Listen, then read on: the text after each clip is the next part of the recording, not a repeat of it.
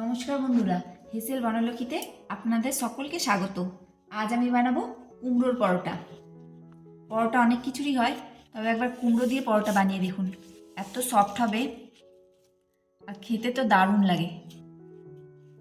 দেখুন কতটা সফট হয়েছে, একদম দুমড়ানো যাচ্ছে। এইভাবে একবার পরোটা বানিয়ে দেখুন। যারা কুমড়ো খেতে চায় না তারাও কুমড়ো খেতে চাইবে, আর খেয়ে বোঝাই যাবে না এটা কিসের পরোটা। আর ভিতরের লেয়ারগুলো কেমন হয়েছে দেখুন, প্রত্যেকটা লেয়ার ভাজে ভাজে বোঝা যাচ্ছে।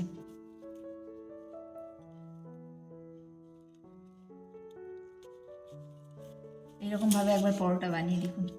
কুমড়োর পরোটা বানানোর জন্য আমি 4 পিস কুমড়ো খোসা ছাড়িয়ে কেটে ধুয়ে নিয়েছি। কুমড়োটা এখন কুকারে একটা সিটি দিয়ে সেদ্ধ করে নেব। একটা সিটি দিয়ে সেদ্ধ করলে কুমড়োটা সেদ্ধ হয়ে যাবে। কুমড়োটা সেদ্ধ করে জল ঝরিয়ে নিয়েছি। এখন এটা খুব ভালোভাবে মেখে নিতে হবে, যাতে গোটা পেকে না থাকে সেইভাবে মেখে নিতে হবে। এটা খুব মোলায়েম করে মেখে নিতে হবে, যেন গোটা বেঁধে না থাকে। গ্রেট করেও নিতে পারেন, কিন্তু হাত দিয়ে মেখে নিলে চটপট হবে। এখানে আমি সম পরিমাণে আটা আর ময়দা নিয়েছি। আপনারা শুধু ময়দা অথবা শুধু আটাতেও এই পরোটা বানাতে পারেন। এখন এর মধ্যে দিচ্ছি হাফ চামচ কালো জিরে, দিচ্ছি হাফ চামচ জোয়ান, দিচ্ছি হাফ চামচ আদা কাঁচা লঙ্কা বাটা, দিচ্ছি অল্প হিং, এখন দিচ্ছি পরিমাণ মতো লবণ, আর দিচ্ছি 2 চামচ সাদা তেল। এখন এগুলো একসঙ্গে ভালোভাবে মিশিয়ে নিতে হবে। খুব ভালোভাবে আটা আর ময়দার সঙ্গে সমস্ত মশলা মিশিয়ে নিলাম। এখন এটা কুমড়ো দিয়ে মেখে নেব। অল্প অল্প করে কুমড়ো নেব আর কুমড়ো দিয়ে এটা মাখবো। সেদ্ধ করা কুমড়ো দিয়ে সমস্ত ময়দাটা মাখতে হবে। পুরো কুমড়ো দিয়েই আটাটা মাখবো। যদি কুমড়োতে কম পড়ে তাহলে একটুখানি জলে ছিটে দিয়ে মাখতে পারেন।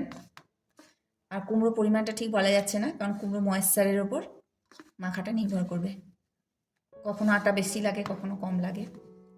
যেমন পরিমাণে আটা নেবেন ঠিক সেই রকম পরিমাণে আটা মাখতে যেরকম লাগবে সেই রকম কুমড়ো নেবেন। আমি এখানে 500 মতো ময়দা নিয়েছিলাম, আর কুমড়ো ওই 350 400 এরকম হবে। যেমন লাগে সেরকম মাখতে হবে। তবে চেষ্টা করবেন জলটা না দিতে, তাহলেই কুমড়ো পরোটা খেতে টেস্টি হবে। সাধারণভাবে যেরকম পরোটার ময়দা মাখা হয় ডোটা ঠিক সেই রকমই হবে না, খুব নরমও হবে না, খুব শক্ত হবে না। পরোটার ময়দা যেরকম হয় সেরকমই হবে। এইভাবে কুমড়ো পরোটা বানিয়ে দেখুন, আশা করি আপনাদের সকলের খেতে খুব ভালো লাগবে। যারা কুমড়ো খেতে চায় না তারাও দেখবেন খেয়ে নেবে, বুঝতেই পারবে না যে এটা কিসের পরোটা। আটাটা ঠিক এইভাবে মাখতে হবে। আটাটা মাখা হয়ে গেল আর এইরকম হয়েছে। এখন এটা আমি 10 মিনিট রেস্টে রাখবো। আর কুমড়ো দিয়ে আমার সমস্ত আটাটা মাখা হয়ে গেল। 10 মিনিট রেস্টে রাখা হয়ে গেছে। এখন পরোটা বানানোর জন্য একটা ব্যাটার তৈরি করে নিতে হবে।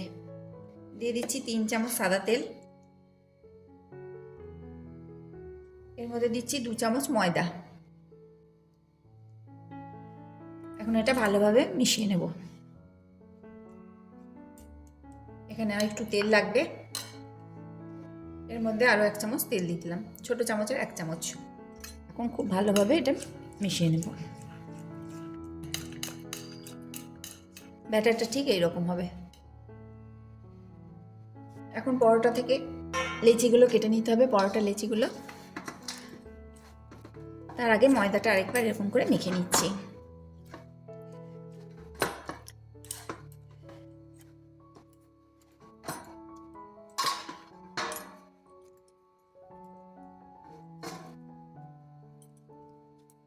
একটু মোটা মোটা করে লেচিগুলো কেটে নেব, এই সাইজ করে লেচি কেটে নেব।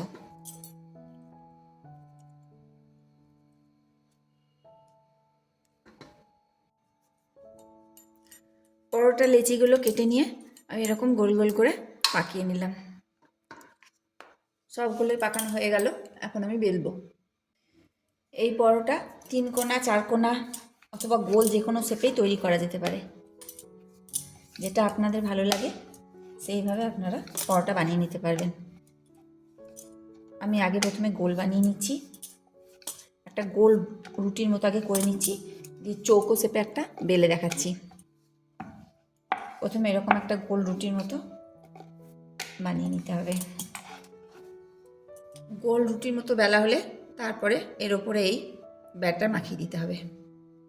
হাতে মাখাতে সুবিধা হয় বলে হাতেই মাখিয়ে নিচ্ছি।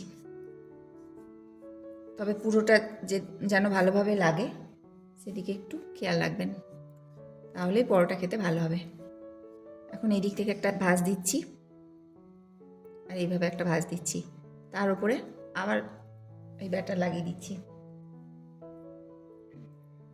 ব্যাটারটা লাগানো হলে আবার এই পাশ থেকে একটা এইভাবে ফোল্ড দিচ্ছি, তার উপরে আবার এই পাশ থেকে এদিকে ফোল্ড দিচ্ছি।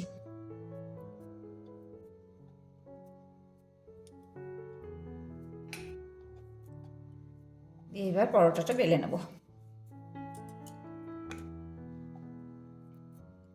তবে গোল বেললেও এই ব্যাটার মাখাতে হবে, আর 3 কোনা চৌকোনা যে শেপেই বেলুন না কেন এই ব্যাটার অবশ্যই মাখাতে হবে, তবেই পরোটা লেয়ার তৈরি হবে আর খাস্তে হবে।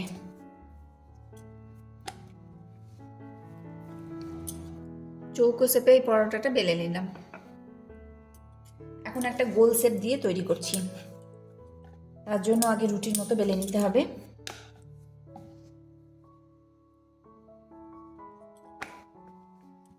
এখন এই অর্ধেক থেকে চাকু দিয়ে একটা সাইড এইভাবে কেটে দিচ্ছি, তার উপরে লাগিয়ে দিচ্ছি ব্যাটার।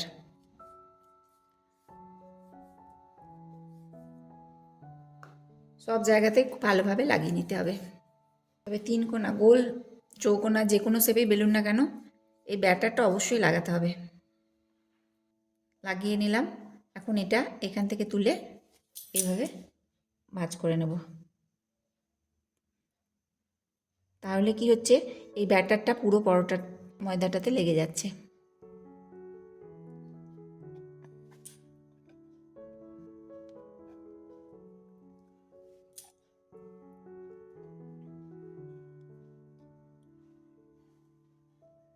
এখন এই মুখটা ভালোভাবে মুড়ে নেব।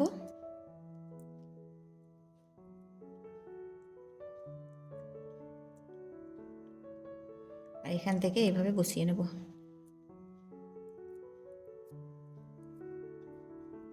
এবার গোল করে বেলে নেব।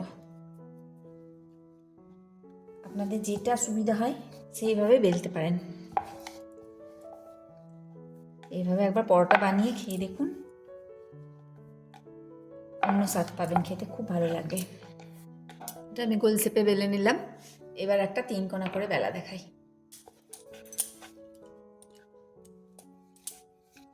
রুটির মতো বেলে নিয়ে আবার এই ব্যাটার লাগিয়ে নিচ্ছি। এইভাবে একটা ফোল্ড দিচ্ছি, তার উপরে আবার ব্যাটার লাগিয়ে নিচ্ছি, তার উপরে আবার এইভাবে ফোল্ড দিচ্ছি। এখন এটা বেলে নিতে হবে।